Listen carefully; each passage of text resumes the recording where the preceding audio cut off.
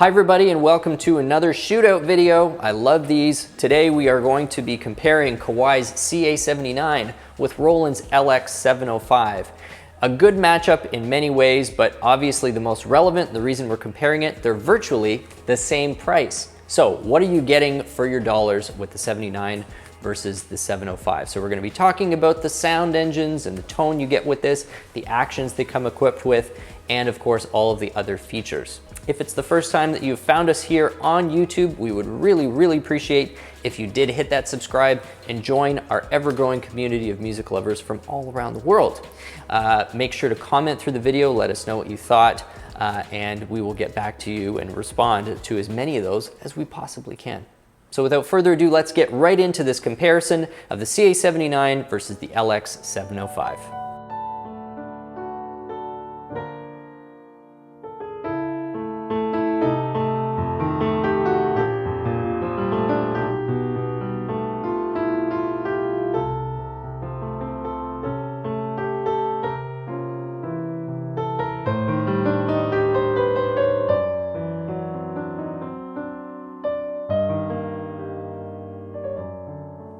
Digital pianos certainly have come a long way in the last decade. And if we needed any evidence of that, you don't need to look much further than the two instruments on either my left or right side. And today we've got Roland's LX705 or Kawai's CA79. In a lot of ways, these instruments are emblematic of the trends that the industry has been showcasing for the last several years. Both of these instruments have modeling technology inside them, meaning that they use computer algorithms to generate the piano tone in real time rather than playing back samples.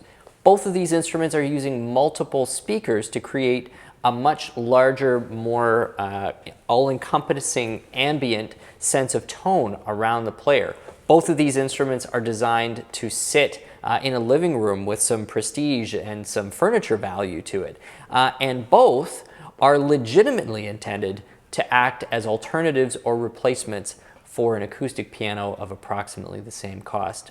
All of this would sound just absolutely nutty if we were having this conversation back in 2010 or certainly anything earlier than that, where even the best digital pianos were always considered a musical compromise. Well, we're at a point now where if you took $4,000 or $5,000 into a piano store and your objective was to get the most consistent, the most satisfying musical experience you could, and you were open to both acoustic or digital, you may find yourself in front of one of these two digital pianos thinking to yourself, wow, I had absolutely no idea that technology had come that far. And I think there'd be a lot of people who would agree with you. We're going to be looking at these instruments in depth today, talking about the differences in sound, the differences in action, the differences in some of the features, and hopefully highlighting which one might be a better fit for you. We're going to start first with the Kawai CA79, and we always start, as you may know from previous videos, with tone. Now, this instrument takes a different approach to its speaker setup than the Roland does. The Roland actually uses 4 speakers, a sort of a two-way main speaker as well as a tweeter, and the tweeters are on their own separate amplifier and the mains are on their own separate amplifier. So 2 separate stereo amps. What we have with the Kawai is a different approach where we actually only have 1 stereo amplifier, so 2 channels, but then we've got active crossovers and signal processing going on, and that's provided by Onkyo, to drive actually a set of 6 speakers in total. So more speakers, fewer amplifiers, but more digital signal processing to, I guess, route the sound in the right place, kind of crafted and shaped in the right way. The difference in sound between these two certainly doesn't stop with the difference in speaker configuration, though. It's an utterly and totally distinct playing experience between these two instruments.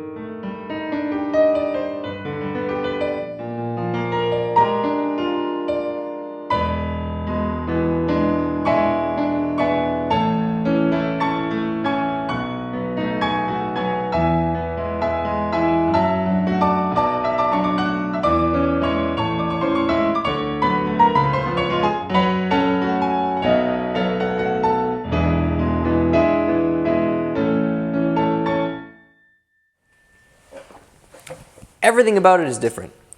So here's some of the things I'm hearing. For one, there's a totally different dynamic response between the two. I feel like I can get to a very close, soft, intimate, controlled pianissimo in a way that feels a little more authentic on the Kawai versus on the Roland, without really having to try too much at all.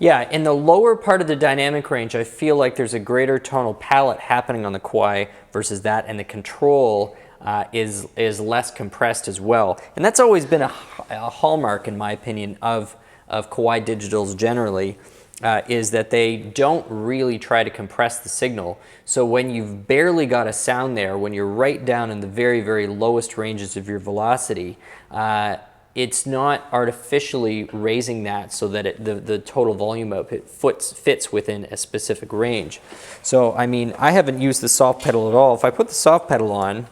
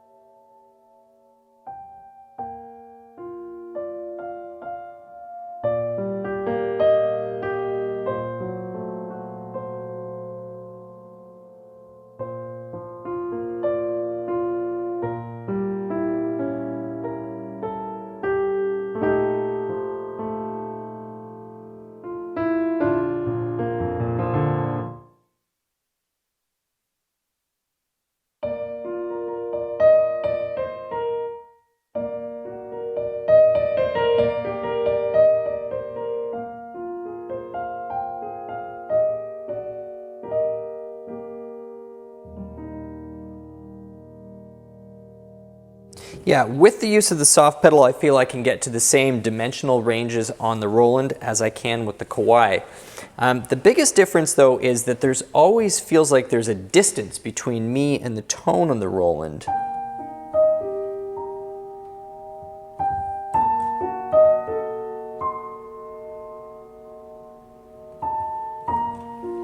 Now there's going to be some players that actually really like this, because one thing I know for sure is that it's going to make the Roland more forgiving to play.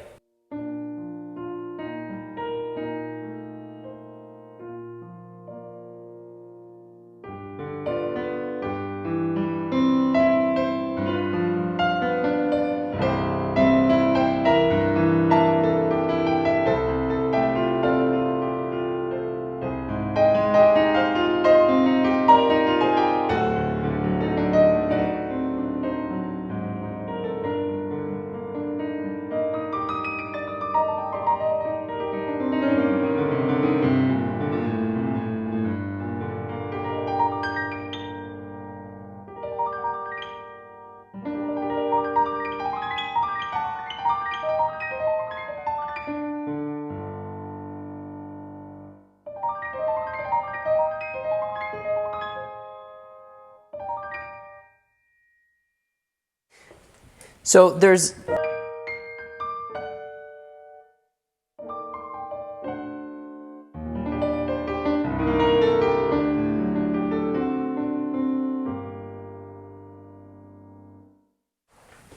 Now there are things that I like about the Roland better than what the Kawai is giving me.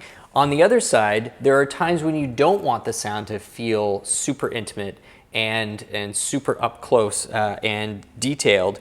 And I think the Roland's reverb engine, their ambience engine, is cleaner, has a higher fidelity than what I'm getting out of the Kawai.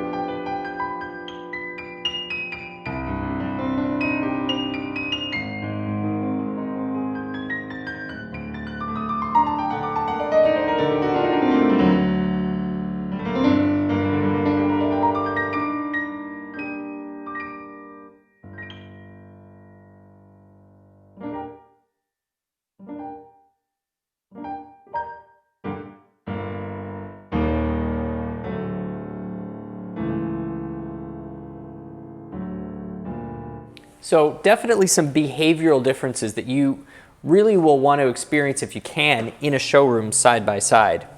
There's a massive difference in wattage between these two instruments if we are to believe the two manufacturer websites.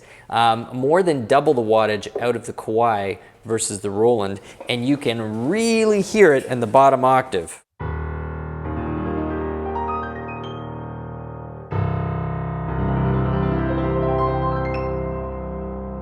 I mean, when you hit that lower C or that lower A, you very much believe that you could be behind a 9-foot with a big growly bass string firing sound at you.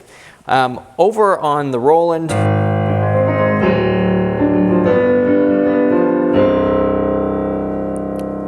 it's balanced, it's polite, but it doesn't growl in quite the same way that you sometimes want a bass string to do that.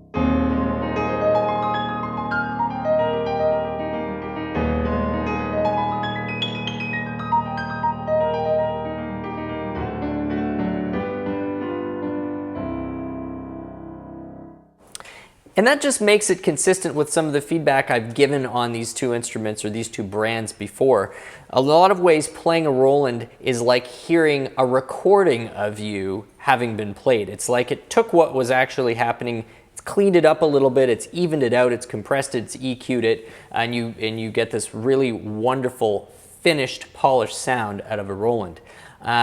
So I find that people who don't have as much experience in front of an acoustic piano already love the Roland because it makes them sound just exquisite.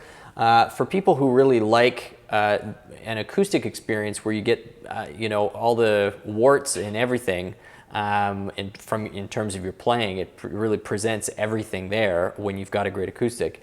I always felt Kawai almost philosophically was going for that more. When you're too soft, when you're too loud, when it sticks out, I mean, there's really no smoothing going on. It's a bit more exposing, but for people who are used to that, they really enjoy that level of detail and that level of range, the dynamic range, the tonal range. It's just, there's more of it happening on the Kawai. So anyway, those are some subjective observations about the playing experience. Let's talk about the technology behind all of that sound. We've already mentioned the speaker systems, but both of these are using the modeling engine, as I mentioned in the beginning. And they both offer a significant amount of control within those modeling engines. They both have something like 19 or 20 parameters that you can edit, and they are accessed in different ways. I think even though the touch screen over here looks cool and it's fairly easy to navigate, this is not to take away from the display, or rather the control surface that the Roland has. There's something super intuitive that doesn't get in the way at all. The way that Roland has this laid out makes it very, very easy to get into those controls and play around. They're just not quite as visual as what you get on the Kawai with this lovely color touchscreen control off to the left side. I find that the controls affect a greater level of change on the Kawai, I guess consistent with my previous comments, but you can certainly get into the Roland and really have at it.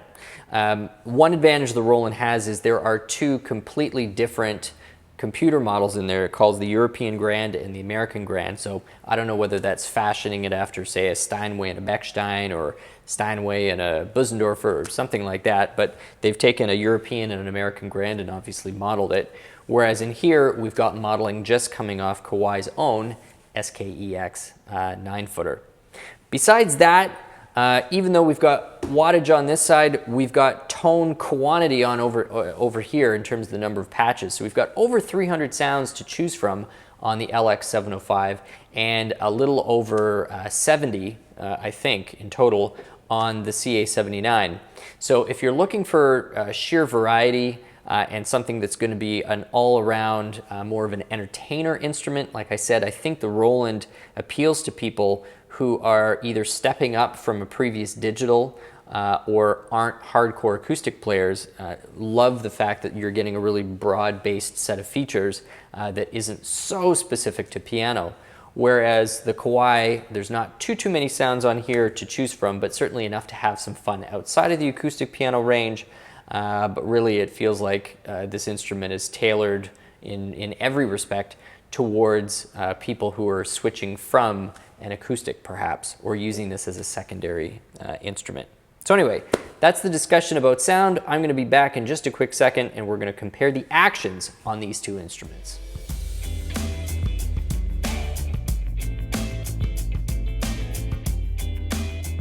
So the actions in these two instruments are both very enjoyable to play, but the configuration on them is quite different. And we'll make sure that we get B-roll up on the screen so you can actually see exactly how different these two instruments are. We've got the PHA-50 on the Roland, which is kind of an extended key version of a conventional balanced hammer action, graded hammer action. So you've got a key that's maybe a little over half the actual length of a regular acoustic piano key stick. And then you've got a counterweight underneath. There's no springs involved whatsoever, so the reset is entirely done by gravity. I think that's one of the reasons the PHA-50 has such a long shelf life. It really makes it difficult to break this thing because there's fewer moving parts to degrade or wear down or start to click. And it is graded, meaning the bass feels a little bit heavier than the treble does by a few grams. It's not dramatic, but it definitely is there. And there's a triple sensor in there. So, the MIDI output certainly is going to be nice and accurate, avoid any kind of weird double hitting. So technical players and people who are going to hook this up and get some MIDI output out of it will appreciate the triple sensor. And there is that texture on top of the key that I always like to mention. I really like the texture on the PHA-50. And in fact, I like the white key texture on this better than I like the white key texture on the CA79. It's not bad. It's not a full polish. There is a matte finish to it, so it's got a nice grip. But I do like the slightly more exaggerated feel that the LX series has. The black keys, on the other hand, on the Kawai, I actually like better than the black keys on the Roland. So go figure. You can't get everything you want all the time. Well, maybe you... Kawai, you've heard my wish. Roland, you've heard my wish. Steal one another's technologies and make a new thing. So we've got a triple sensor, and we've also got escapement. Over on the Kawai, as you saw in the graphic that was just up on the screen, this key stick actually is a full-length key stick. It's exactly the same length and size as what you're going to get in an acoustic piano from Kawai, right back to the capstand. And then instead of a full escapement assembly like you would have in an acoustic, it's just one hammer that's been weighted the same. So you really do get a good sense of both the static resistance and the dynamic resistance. Triple sensor as well. It's also got the let-off simulation as well, so you feel that little boom about 2/3 of the way down.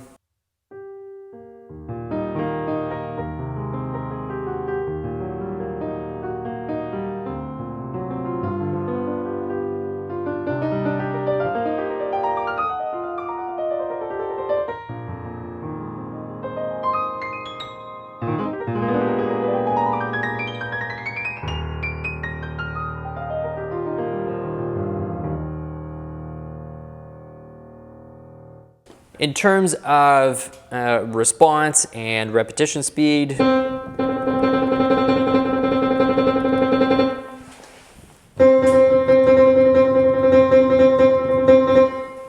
little bit hard. The Kawai might have the Roland just a little bit, but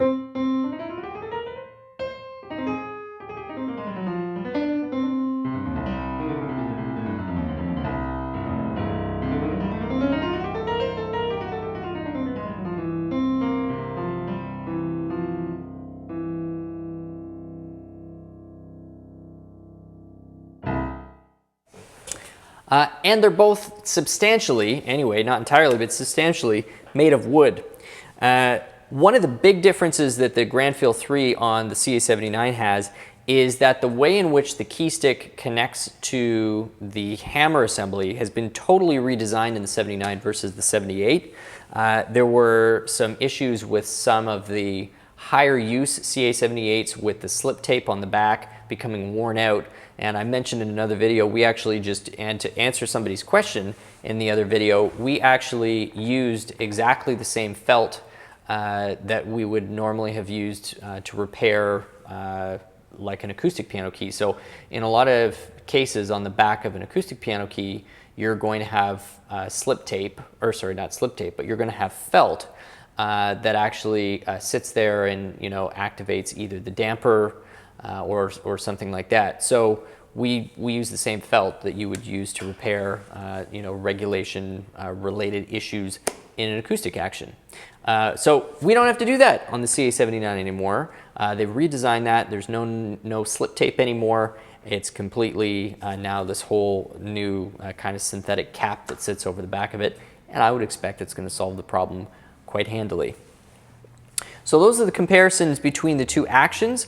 We'll come back for one last final section where we're going to just cover some of the non-musical feature differences between these two instruments, but I really appreciate everybody coming to watch the video again, you know, really enjoying comparing these two instruments. So we'll get those specs about the action up on the screen, and we'll be back in just a second.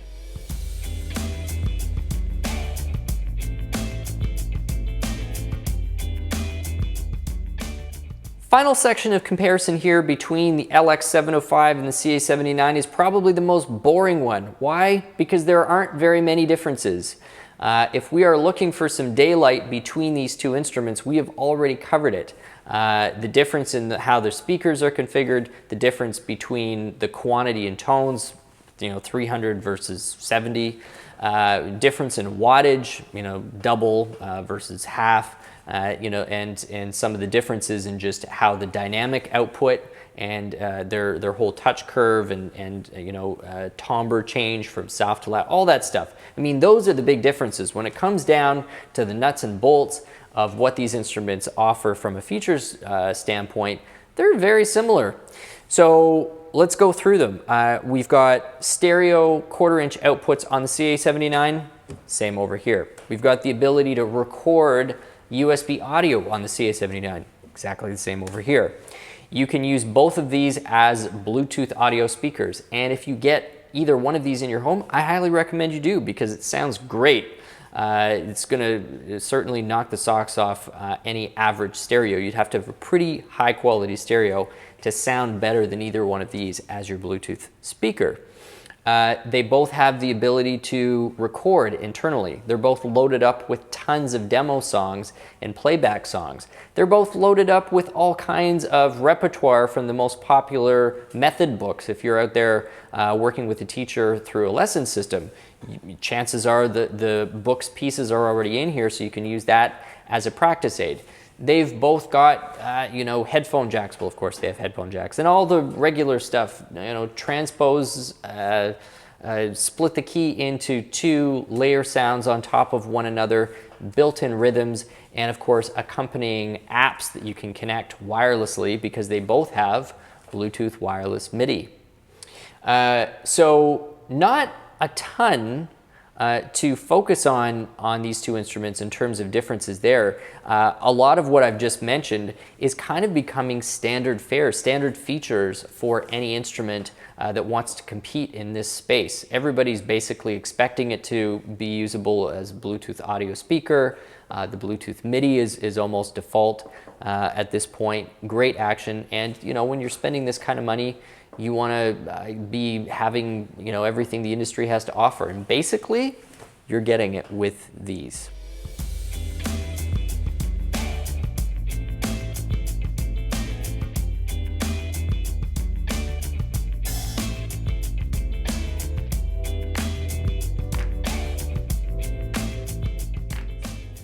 So, thank you so much for joining us for this comparison between the LX705, CA79. Please let us know what you thought of the video, and also what you thought of these two instruments. If you've had a chance to play one or both of them, would love to hear your opinion on it as well.